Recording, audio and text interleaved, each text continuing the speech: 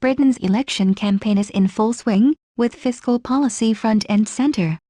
The Conservative Liberal Democrat coalition implemented 5 years of swingeing cuts to public spending and halved Britain's deficit as a percentage of GDP. Both promise at least 2 more years of belt-tightening. The opposition Labour Party, having opposed cuts at first, is now desperate to avoid seeming spendthrift, and also promises frugality. Only minor parties want an end to the cuts. But despite the seeming consensus, the spectrum of fiscal offerings is wide. How do the parties' fiscal offerings compare?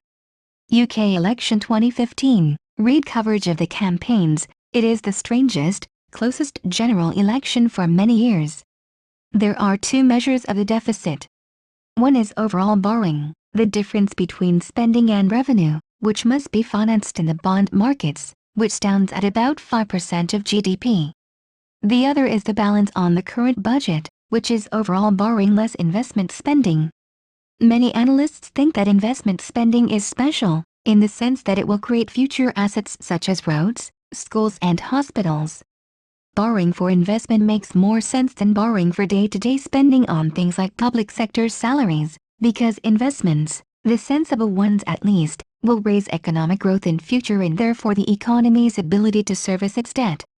Both measures of the deficit can be cyclically adjusted, that is, tweaked to account for borrowing caused by temporary swings in the economy. Last year the Tories, the Lib Dems and Labour all voted for legislation requiring that forecasts for the cyclically adjusted current budget be in surplus 3 years in the future. At the time, that meant balance in 2017-18, which both the Tories and Lib Dems explicitly promise. But Labour say they will balance the current budget only as soon as possible in the next Parliament, and by the time the next Chancellor delivers a budget the 3-year target will have shifted to 2018-19. Strong economic growth in the extra year could mean that fewer cuts are necessary. But the biggest difference between Labour and the Tories is that the latter want an overall surplus, including investment spending, by 2019-20.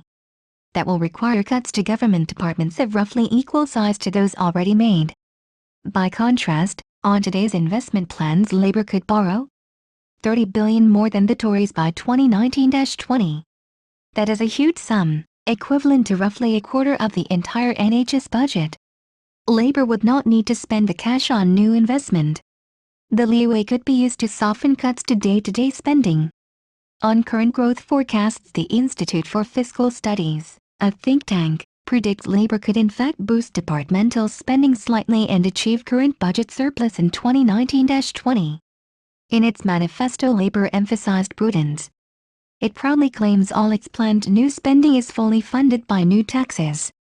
Similarly, the UK Independence Party commissioned a consultancy to audit its manifesto, and claims that its pledges would not increase the deficit.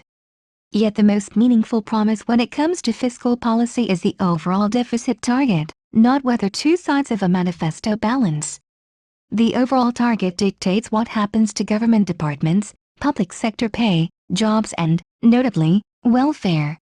The Tories promise a massive $12 billion in welfare cuts, but will not specify where the axe will fall. On the overall target, the gap between the 2 main parties is the biggest it has been for at least 5 elections. Whether any voters have noticed is another matter.